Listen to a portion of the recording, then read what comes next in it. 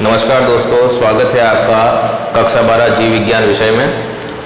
हमारा जो चैप्टर चल रहा है वो है आवृतबीजी पादपों में जनन के बारे में। इस चैप्टर में हमने प्राकृतिक कायिक जनन के बारे में पढ़ लिया है। आज उसी के आगे से हम पढ़ना शुरू कर रहे हैं और आज हमारा जो टॉपिक है वो है कृत्रिम कायिक जनन। कृत्रिम कायिक जनन नाम इसलिए दिया गया क्योंकि कुछ पौधे ऐसे होते हैं जिनका उत्पादन व्यावसायिक स्तर पर किया जाता है और व्यावसायिक स्तर पर पौधों का निर्माण करने के लिए मानव निर्मित विधियों का उपयोग किया जाता है और जब मानव निर्मित विधियों के द्वारा कायिक जनन किया जाता है तो उसे कृत्रिम कायिक जनन कहते हैं। तो इसकी सामान्य सी आप देखो परिभाषा क्या बनती है कि व्यावसायिक स्तर पर पौधों के उत्पादन हेतु मानव निर्मित विधियों द्वारा कायिक जनन किया जाता है जिसे कृत्रिम कायिक जनन कहते हैं। अब जो कृत्रिम कायिक जनन है इसमें कुछ विधियों का उपयोग किया जाता है और उन विधियों के द्वारा जो है व्यावसायिक स्तर पर पादपों का निर्माण किया जाता है। अब वो विधियां कौन कौन सी है? सबसे पहली जो विधि आती है उसको कहते हैं कर्तन।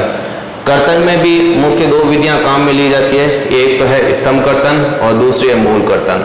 फिर उसके बाद में आती है दाब लगाना। दाब लगाना इसमें भी मुख्यतः दो विधियों का उपयोग किया जाता है, एक तो है टीला दाब और एक है वायु दाब। वायु दाब को गुट्टी भी कहा जाता है। तीसरी जो मुख्य विधि है वो है रोपण। रोपण में मुख्यतः चार विधियों का उपयोग किया जाता है।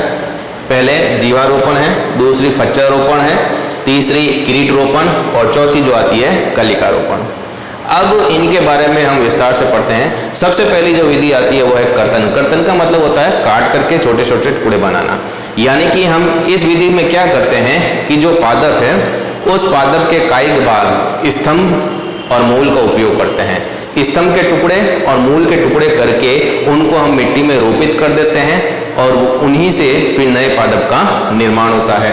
अब इसमें सबसे पहले जो आता है वो है स्तंभ कर्तन। स्तंभ कर्तन का मतलब नाम से पता चलता है कि इसमें हम क्या करते हैं कि पादप के कायिक भाग स्तंभ के टुकड़े करते हैं और ये ध्यान रखा जाता है कि जो टुकड़ा हम काम में ले रहे हैं स्तंभ का उसमें 2 या 3 तक पर्व और पर्व संध्या होनी चाहिए और उस टुकड़े को फिर हम मिट्टी में रोपित कर देते हैं। कुछ दिनों बाद में पर्व संधियों से अपस्थानिक जड़ें निकल आती हैं और धीरे धीरे एक नए पादप का निर्माण होना शुरू हो जाता है। इसे स्तंभ कर्तन कहा जाता है और इस विधि का उपयोग मुख्य तौर पर गुलाब, गन्ना, अंगूर और बोगनवेलिया पादपों के उत्पादन में किया जाता है। उसके बाद में आता है इसका दूसरा प्रकार जिसको मूल कर्तन कहा जाता है। नाम से पता चल जाता है इसमें कि इसमें मूल का जो है टुकड़ा काम में लिया जाता है। तो कुछ पौधे ऐसे होते हैं जिसमें पादप का कायिक भाग जो है मूल उपयोग में ली जाती है और उस मूल के टुकड़े को जमीन में ऊर्ध्व स्थिति में यानी खड़ी स्थिति में जो है रोपित कर दिया जाता है और मूल का जो शीर्ष भाग जो होता है वो जमीन के बाहर रखा जाता है ताकि उस शीर्ष भाग से अपस्थानिक कलिकाएं जो है वो प्रस्फुटित हो सके और नए पादप का निर्माण कर सके। इसमें इस विधि के द्वारा जिन पौधों का निर्माण या उत्पादन किया जाता है वो मुख्यतः है नींबू, अमरूद, सेब और चेरी। फिर दूसरी विधि है जिसको हम कहते हैं दाब लगाना। अब दाब लगाना इस विधि में क्या किया जाता है कि शाखा को उपयोग किया जाता है और उस शाखा को मुख्य पादप से अलग करने से पहले उसमें जड़ों के निर्माण को प्रेरित किया जाता है। जब उस शाखा में जड़ें निकल आती है फिर हम उस शाखा को क्या करते हैं कि जो मुख्य पादप होता है, मातृ पादप जो होता है उसे पृथक कर लेते हैं और पृथक करने के बाद में उसको जमीन में रोपित कर देते हैं और इस तरह से जो है एक नए पादप का निर्माण होने लगता है। अब दाब लगाना विधि जो है इसमें भी दो प्रकार हैं। पहला प्रकार जो है जिसको कहा जाता है टीला दाब और दूसरा प्रकार जो होता है उसको कहा जाता है वायु दाब या गुट्टी। बच्चों आप इसे नोट कर लीजिए।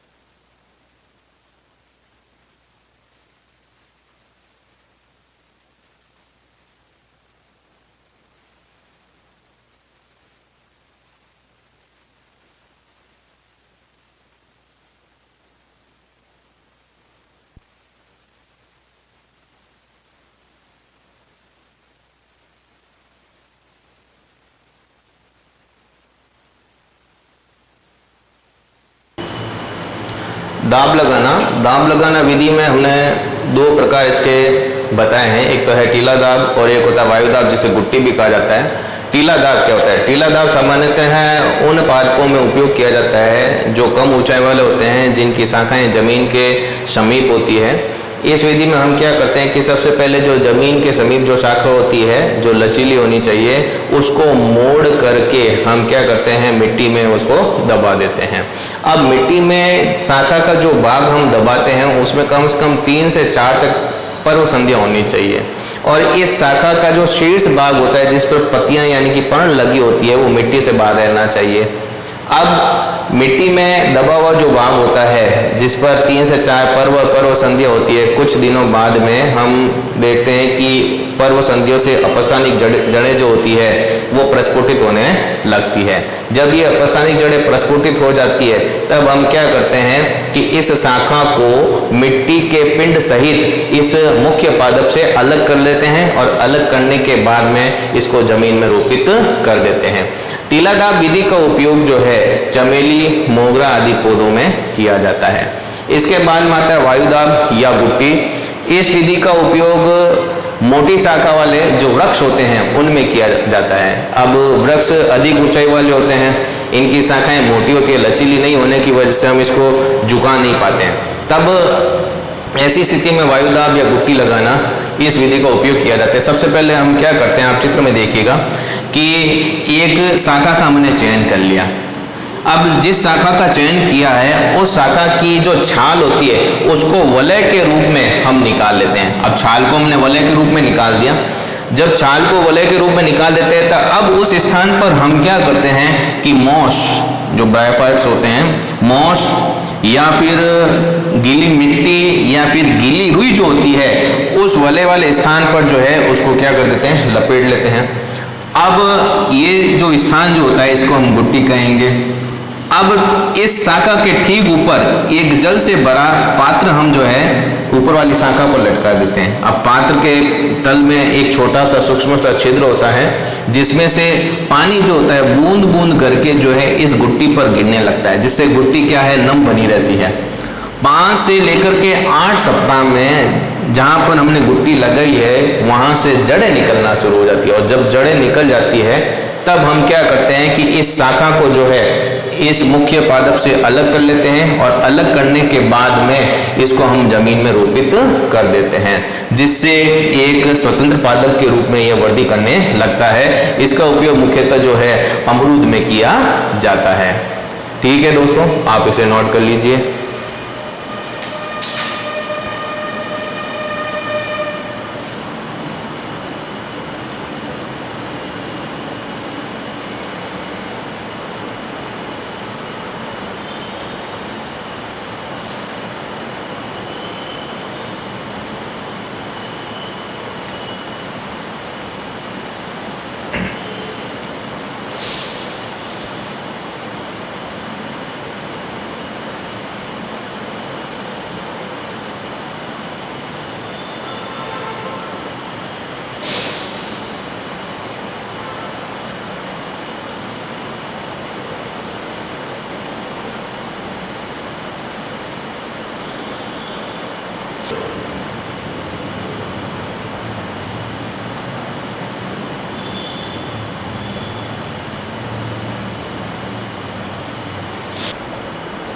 कृत्रिम कायिक जनन की तीसरी विधि जो है, जिसे रोपण कहा जाता है, उसके बारे में समझते हैं। रोपण में क्या किया जाता है कि 2 अलग अलग पादपों का चयन किया जाता है, और 2 अलग अलग पादपों के हिस्सों को जोड़ करके एक पादप के रूप में उनको वृद्धि कराया जाता है।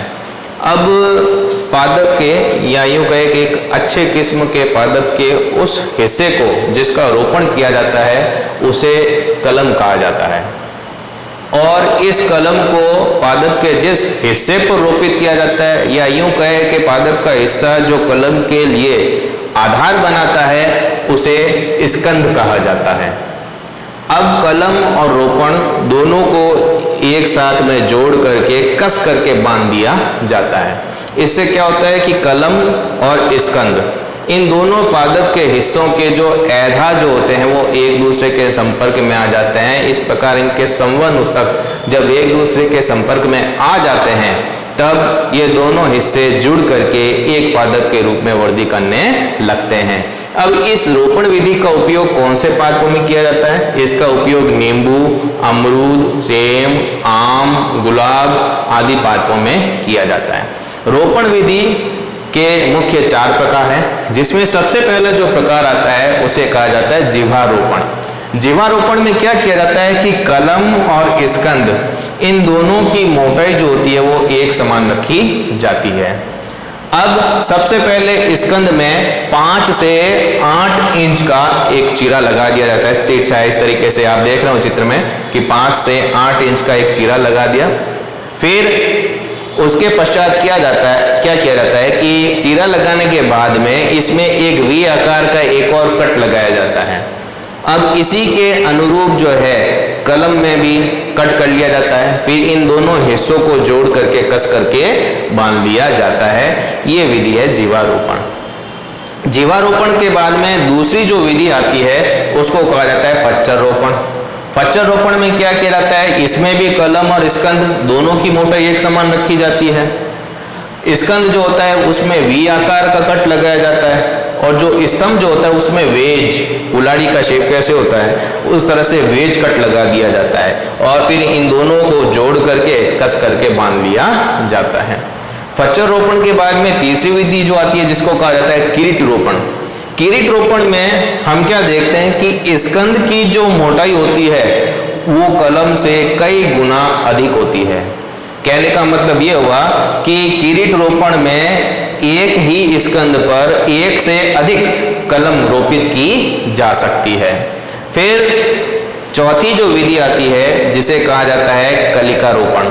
कलिका रोपण विधि में क्या करते हैं कि जो स्कंद जो होता है उसकी छाल में एक टी आकार का, अंग्रेजी का जो टी अक्षर होता है उसके आकार का एक चीरा लगा दिया जाता है और उसमें कलिका को रोपित किया जाता है और कलिका को रोपित करके उसको कस करके बांध दिया जाता है। ये विधि कहलाती है कलिका रोपण। तो इस प्रकार रोपण विधि में हमें ये ध्यान रखना है कि एक शब्द आता है कलम और दूसरा शब्द आता है स्कंद। कलम और स्कंद ये दोनों हिस्से जो होते हैं पादप के दो अलग अलग पादपों के हिस्से होते हैं ये दोनों, और इनको जोड़ करके फिर एक पौधे के रूप में इनको वृद्धि कराया जाता है। रोपण विधि मुख्यतः 4 प्रकार की है: जीवारोपण, फच्चर रोपण, किरीट रोपण और कलिका रोपण। आप इसे नोट कर लीजिए।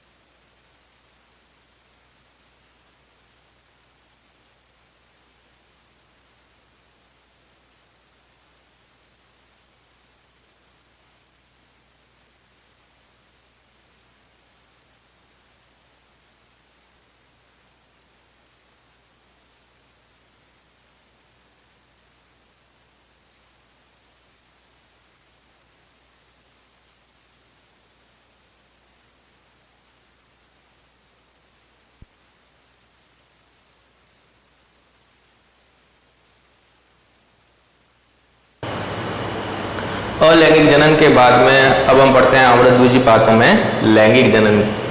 आवृतबीजी पादप जो होते हैं इनमें लैंगिक जनन पुष्प के द्वारा होता है। पुष्प को एक निश्चित वृद्धि वाला जो है रूपांतरित प्ररोह भी कहा जाता है।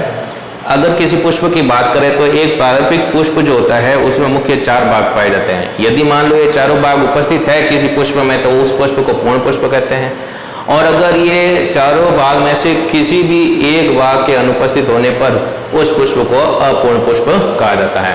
पूर्ण पुष्प का जो उदाहरण आता है जैसे सरसों है, मटर है। अपूर्ण पुष्प का जो उदाहरण आता है जैसे पपीता और लौकी। बात करते हैं हम पुष्प की। अब पुष्पावली ग्रंथ की सहायता से पुष्प जुड़ा होता है और जिसकी सहायता से पुष्प जुड़ा होता है उस वृंत को पुष्प वृंत कहा जाता है। पुष्प वृंत का ऊपर वाला भाग जो फूला हुआ पाया जाता है उसको पुष्पासन कहते हैं और इसी पुष्पासन के ऊपर पुष्प को चारों भाग जो होते हैं एक चक्र के रूप में उपस्थित होते हैं। अब पुष्प के वो चार भाग कौन कौन से हैं? सबसे पहला भाग जो आता है वो है बाह्य दल पुंज, दूसरा भाग जो होता है दल पुंज, तीसरा भाग जो है पुमंग और चौथा भाग जो होता है वो है जायंग। बाह्य दल पुंज जो होता है इसको कैलिक्स भी कहा जाता है और इसे पुष्प का सबसे बाहरी चक्र भी माना जाता है। हरे रंग की संरचना होती है, पत्ती के समान छोटी संरचना होती है जो पुष्प को कलिका अवस्था में ढक करके उसको सुरक्षा भी प्रदान करती है। अब जो बाह्य दल पुंज जो होता है इसकी जो इकाई जो होती है इसकी इकाई को कहा जाता है बाह्य दल या उसको कहा जाता है सेपल। फिर उसके बाद में सेकंड नंबर पे आती है दल पुंज जिसे कोरोला भी कहते हैं। ये जो आप पंखुड़ियां जो देखते हो पुष्प की, ये सारी पंखुड़ियां जो है सम्मिलित रूप से दल पुंज का निर्माण करती है जिसको कोरोला भी कहा जाता है और इसे पुष्प का द्वितीयक चक्र भी कहा जाता है। अब ये इसकी जो इकाई जो होती है वो कहलाती है दल या फिर उसको पेटल भी कहा जाता है। बाह्य दल और दल पुंज दोनों की बात करें तो ये दोनों ही बंध्य होते हैं। बंध्य का मतलब होता है इनमें जनन की कोई क्षमता नहीं होती है, जनन में सहायक नहीं होते हैं, इस वजह से इनको पुष्प का सहायक चक्र कहा जाता है। फिर तीसरा जो है वो है पुमंग जिसको एंड्रोशियम भी कहते हैं। यह जो है दल पुंज के भीतर स्थित होते हैं, पुष्प का तीसरा चक्र कहलाता है। इसे पुष्प का नर जनन अंग भी कहा जाता है और पुमंग यानी एंड्रोशियम की जो इकाई होती है उसको पुंकेसर या स्टेमन कहते हैं। इसके भी तीन भाग होते हैं। सबसे ऊपर वाला ये जो भाग आपको दिखाई दे रहा है इसको कहा जाता है परागकोश या एंथर कहा जाता है। फिर नीचे ये पतली तंतुनुमा संरचना जो आपको दिखाई देती है इसको कहा जाता है पुतंतु या फिलामेंट। इस परागकोश और इस पुतंतु को जोड़ने वाले जो उत्तक होते हैं उनको कहा जाता है योजी या कनेक्टिव कहा जाता है। फिर सबसे अंतिम चौथा भाग जो पाया जाता है वो है जायंग। ये पुष्प का सबसे भीतरी भाग होता है, अंतिम चतुर्थ चक्र होता है, इसको गाइनोशियम भी कहा जाता है और इसकी जो एक इकाई जो होती है उसको कहा जाता है अंडक या कार्पल। अब इसके भी तीन भाग होते हैं। सबसे ऊपर वाला ये जो भाग आपको दिखाई दे रहा है ये है वर्तिकाग्र जिसको स्टिग्मा कहते हैं। ये नली के भाग जो आपको दिखाई दे रहा है इसको कहा जाता है वर्तिका जिसको स्टाइल भी कहा जाता है और सबसे अंतिम जो फूला हुआ भाग आपको दिखाई देता है ये कहलाता है अंडाशय और इस अंडाशय के भीतर उपस्थित होते हैं बीजांड। पुमंग और जायंग ये पुष्प के जननशील भाग होते हैं और इनको जो है पुष्प का आवश्यक चक्र भी कहा जाता है। ठीक है, आप इसे नोट कर लीजिए।